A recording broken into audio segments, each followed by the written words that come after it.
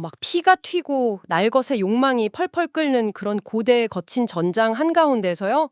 갑자기 엄청 정밀하고 깨끗한 기하학용 삼각자를 딱 꺼내 들고 막 길이를 재려고 한다면 어떨까요? 와, 진짜 상상만 해도 굉장히 이질적이고 좀 엉뚱하네요. 그쵸. 약간 오늘 저희가 이 심층 탐구 시간에서 할 작업이 딱 그런 느낌입니다. 아, 그런가요? 네, 19세기 독일의 엄밀한 교의학, 그러니까 아주 체계적이고 철학적인 신학의 잣대를 가지고요.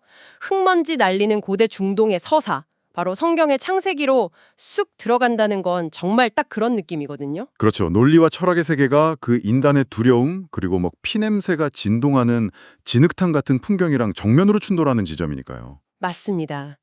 그래서 지금 이 지적 탐험에 동참하고 계신 여러분을 위해서 오늘 저희가 아주 독특한 미션을 하나 준비했습니다. 네, 어떤 미션이죠? 그 프리드리히 슐라이어마어라는 위대한 철학적 신학자가 있거든요. 이 사람의 시선을 렌즈로 딱 삼아서 인류의 가장 원초적 기록인 창세기를 해부해 보는 겁니다. 오, 슐라이어 마후와 창세기의 만남이라 흥미롭네요. 네, 이 두 세계가 만났을 때 과연 어떤 통찰이 쏟아져 나올지 오늘 이 탐험을 함께할 전문가님을 모셨습니다. 전문가님, 우리가 왜 하필 슐라이어마어라는 이 복잡한 렌즈를 통해서 창세기를 봐야 하는지부터 좀 짚어주실 수 있을까요? 네, 그 이유를 알기 위해서는 우선 슐라이어 마후가 살았던 시대 배경, 그리고 그가 신학을 대했던 태도를 먼저 좀 이해해야 되거든요. 19세기 독일 상황 말씀하시는 거죠? 맞습니다. 19세기 당시 신학자들은 크게 두 갈래로 나뉘어서 막 싸우고 있었어요. 한쪽은 이제 계몽주의 영향을 받아서 모든 걸 이성적이고 과학적으로 증명하려고 했고요. 약간 뭐랄까, 이성 제일주의 같은 거네요. 그쵸. 그리고 다른 한쪽은 전통적인 교리, 그러니까 딱 이게 정통이고 저건 이단이다. 이런 딱딱한 규칙을 수호하는 데 급급했던 거죠. 그러면 전통적인 관점에서는 신학이란 게 당연히 교리를 달달 외우거나 아니면 도덕적으로 완벽해지는 법을 연구하는 거였겠네요. 네, 대부분 그렇게 생각했죠. 그런데 슐라이어 마어는 완전히 다른 길을 걷습니다. 그는 종교의 본질이 머리로 이해해야 하는 이성적인 알미나 아니면 어떤 규칙을 지키는 도덕적인 행위에 있는 게 아니라고 폭탄 선언을 해버려요. 그럼 종교의 본질이 도대체 어디에 있다고 본 건가요? 슐라이어 마어는 기독교의 토대가 되는 경건, 이걸 독일어로 프레미시카이트라고 하거든요. 이 프레미카이트의 본질을 인간 내면의 가장 깊은 직관과 감정에서 찾았습니다. 감정이요? 신학에서 감정을 이야기한다고요? 네, 그걸 바로 절대 의존 감정, 독일어로는 슐레이트 히니게스 아팽이 히카이스 그필이라고 불렀는데요.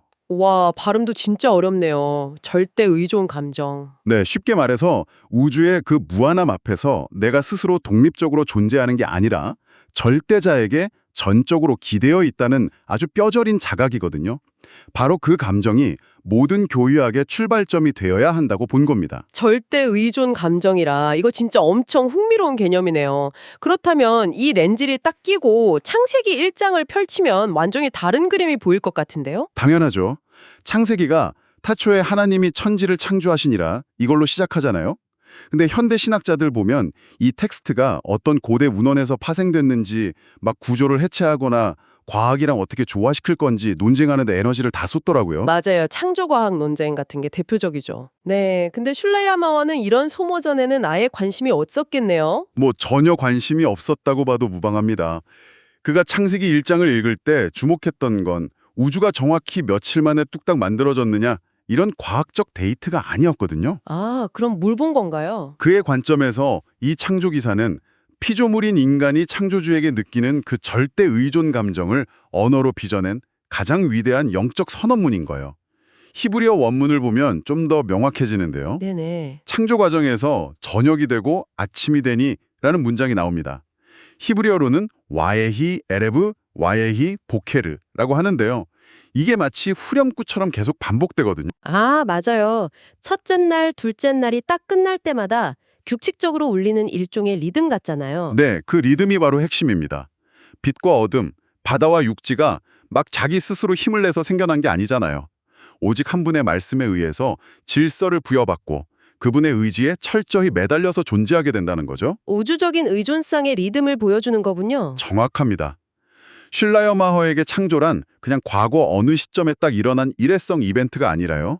만물이 지금 이 순간에도 끊임없이 창조주에게 기대어서 생존하고 있다는 현재 진행형의 자각인 겁니다. 와, 그렇군요. 설명을 듣고 나니까 창세기 2장에 나오는 아주 상징적인 장면이 어떻게 해석될지 감이 좀 딱 잡히네요. 어떤 장면 말씀이시죠? 그 하나님이 흙으로 사람을 빚으시고 그 코에 숨을 불어넣으시는 장면 있잖아요. 이게 단순한 생물학적 기원이라기보다는 인간이라는 존재의 아주 위태로운 포지션을 보여주는 것 같아요. 위태로운 포지션이요? 좀 더 자세히 설명해 주시겠어요? 그러면 우리가 막 광활한 밤하늘의 은하수를 보거나 엄청 거대한 그랜드 캐니언 앞에 딱 섰을 때 느끼는 그런 감정이 있잖아요. 압도되는 감정이죠. 네. 아, 나는 진짜 한낱 먼지에 불과하구나 하는 압도적인 무력감이 들면서도 동시에 하지만 내가 이 거대한 우주의 질서 안에 딱 연결되어서 숨쉬고 있구나 하는 경외감 말입니다. 와, 진짜 정확히 그 지점입니다. 히브리어 원어가 그 위태롭고도 아름다운 연결을 기가 막히게 포착하고 있거든요. 오, 원어에는 어떻게 나오나요? 성경은 하나님이 땅의 흙, 즉 아다마로 사람을 만드셨다고 해요.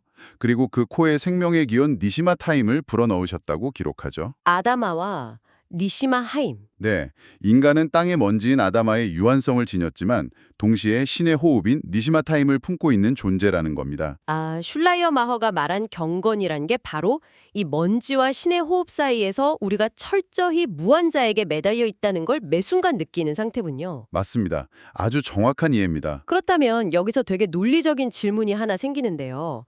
에덴 동산에서는 인간이 자기가 먼지라는 것도 그리고 신의 호흡에 의존하고 있다는 것도 완벽하게 인지하고 있었을 거 아니에요. 그렇죠. 처음에는 그랬죠. 근데 그 완벽했던 절대 의존 감정이 도대체 어떻게 그리고 왜 깨져버린 걸까요? 전통적인 교회에서 가르치는 창세기 3장 타락 이야기 보면 흔히 하나님이 먹지 말라고 한 사과를 따먹어서 벌금표 받은 사건처럼 다루잖아요. 네, 일종의 법적인 규칙 위반으로 보죠. 근데 슐라이어 마허라면 죄를 단순히 하지 말라는 행동을 한 것으로 정의하지 않았을 것 같거든요. 아, 질문이 아주 날카로우신데요.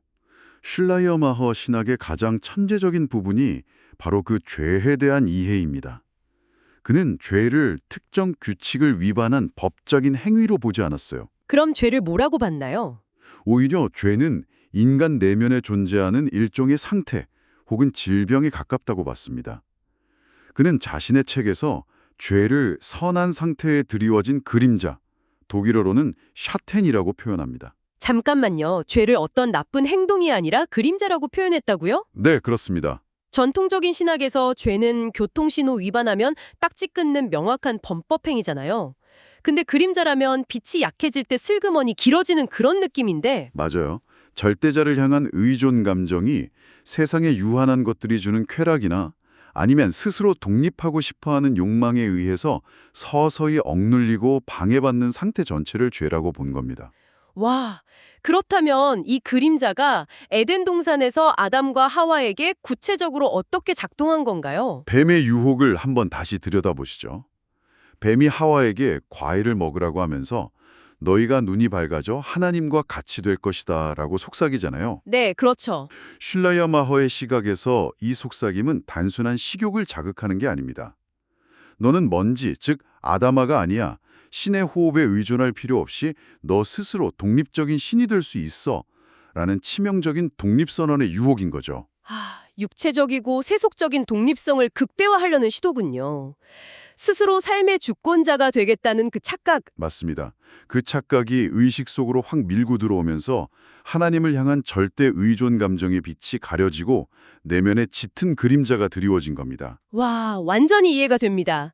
지금 이 이야기를 듣고 계신 여러분도 일상에서 이런 거 경험해 보신 적 분명히 있을 거예요. 어떤 경험 말씀이시죠?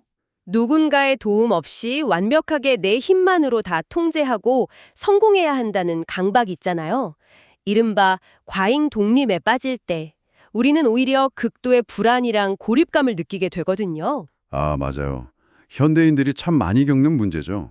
아담과 하와가 선악과를 먹고 나서 제일 먼저 한 행동이 벌거벗은 걸 부끄러워하면서 숨은 거였잖아요.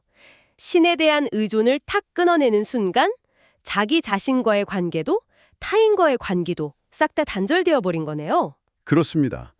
그래서 슐라이어 마허는 심지어 우리가 착한 일, 선행을 하는 중에도 용서받을 수 있는 죄의 그림자가 미세하게 남아있다고 봤어요. 선행을 하는데도 죄의 그림자가 있다고요? 네, 이걸 레슬리 해 쥔대라고 하는데요.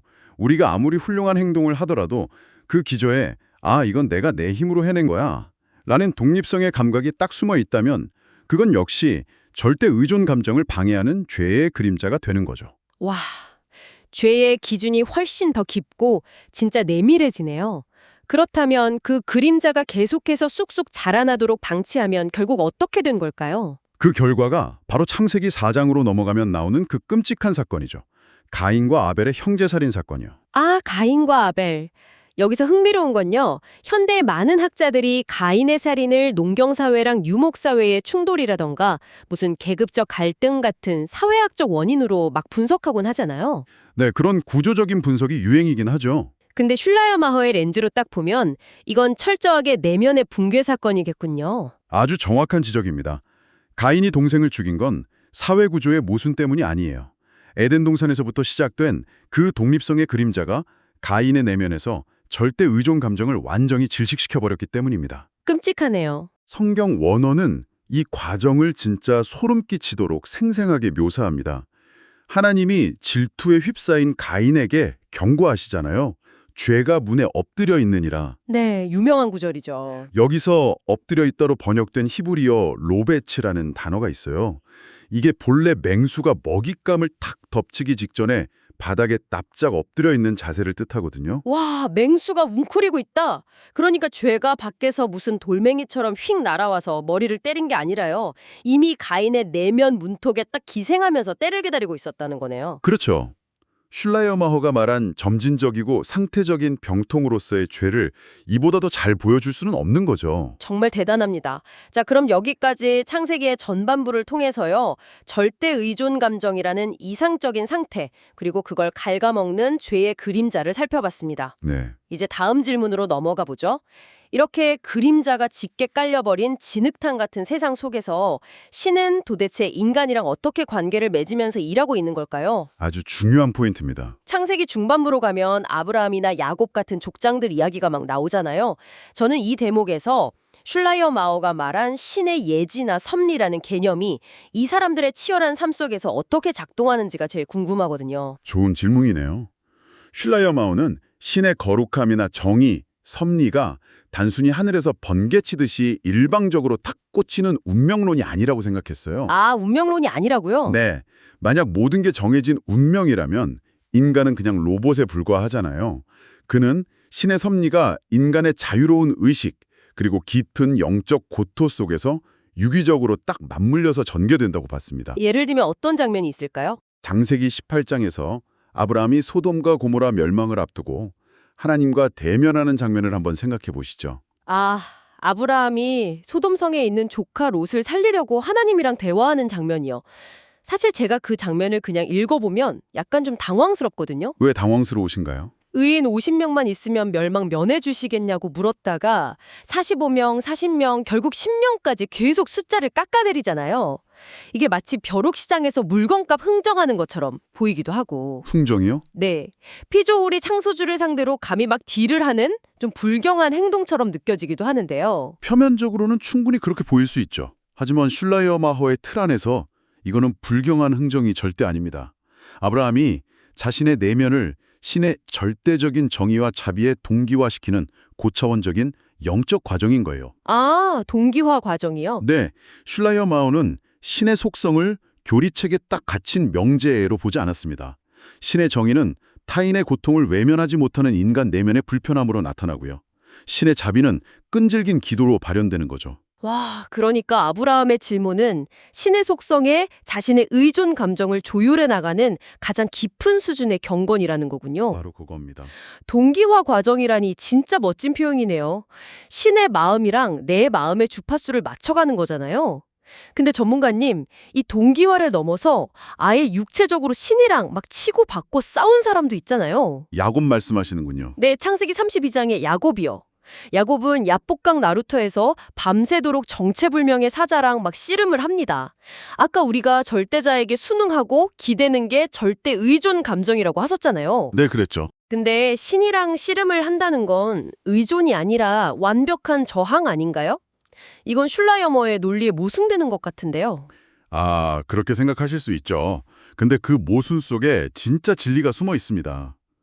야곱은 평생을 자기 힘과 잔머리로, 그러니까 완벽한 독립성으로 살아온 인물이잖아요? 맞아요. 형 속이고 장자권 빼앗고 외삼촌 재산도 가로채고. 네, 그가 야복강에서 사자와 씨름한 건 내면에 남아있던 그 마지막 독립성의 발악이었습니다.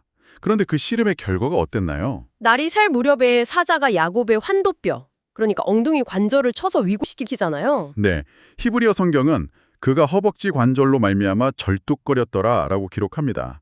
그리고 이때 사자가 그에게 아주 위대한 이름을 하나 주죠. 이스라엘이요. 하나님과 겨루어 이겼다는 뜻이잖아요. 근데 환도뼈가 부러져서 다리를 절개됐는데 이겼다고요? 저는 이 대목을 들을 때마다 다리를 절개된 이 사건 자체가 너무 상징적인 것 같거든요. 어떤 면에서 상징적이라고 느끼시나요? 스스로의 힘으로 당당하게 두 다리로 딱 서서 내 삶을 개척할 수 있다고 믿었던 야곱이잖아요. 근데 이제는 누군가에게 지팡이처럼 기대지 않고는 단 한 걸음도 걸을 수 없는 존재가 돼버린 거니까요. 와, 그 통찰이 바로 슐라이어마어가 말하는 교이학의 정점입니다. 야곱의 부러진 환도뼈는 저주가 아니라요. 그가 마침내 절대 의존 감정을 육체로 깨달은 은혜의 흉터인 거예요. 은혜의 흉터. 네, 그 치열한 번민과 고통의 씨름을 통해서 야곱의 그 이기적인 자아가 붕괴되고 비로소 신에게 전적으로 기대어 살아갈 수밖에 없는 이스라엘이라는 새로운 정체성으로 거듭난 거죠. 신의 섭리는 인간의 고통을 무의미하게 만들지 않는군요. 오히려 그 고투를 관통하면서 인간을 더 깊은 의존의 상태로 이끌어가는 거네요. 완벽한 요약입니다. 와, 다리를 절뚝거리면서 걷는 것이야말로 진정한 의존의 발걸음이라는 해서 이거 진짜 깊은 울림을 주네요. 여러분 삶에서도 도저히 이해되지 않는 거대한 질문이나 고난이랑 밤새 씨름해본 적 있으실 겁니다. 누구나 한 번쯤은 그런 경험이 있죠. 네, 우리는 종종 그럴 때 마음속에 드는 분노나 의심을 불신앙이라고 막 자책하잖아요. 하지만 야곱의 이 절뚝거리는 다리를 통해서 본다면 그 치열한 씨름 자체가 이미 신이랑 가장 깊숙이 교제하고 얽혀 들어가는 과정일 수 있겠네요. 맞습니다. 자, 이제 이야기의 스케일을 조금 더 키워봐야겠습니다.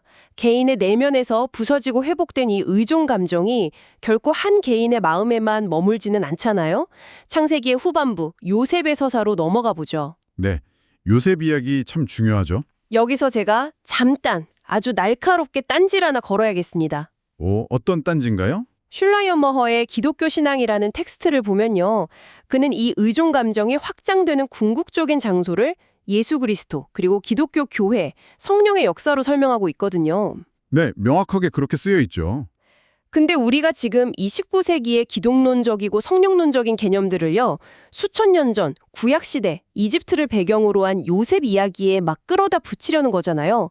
솔직히 이거 신학적으로 너무 시대착오적이거나 무리한 적용 아닙니까? 아, 유대인의 고대 텍스트를 기독교 틀에 좀 강제로 끼워 맞추는 느낌이 드는데요. 네, 충분히 제기될 수 있는 아주 예리하고 중요한 비판입니다.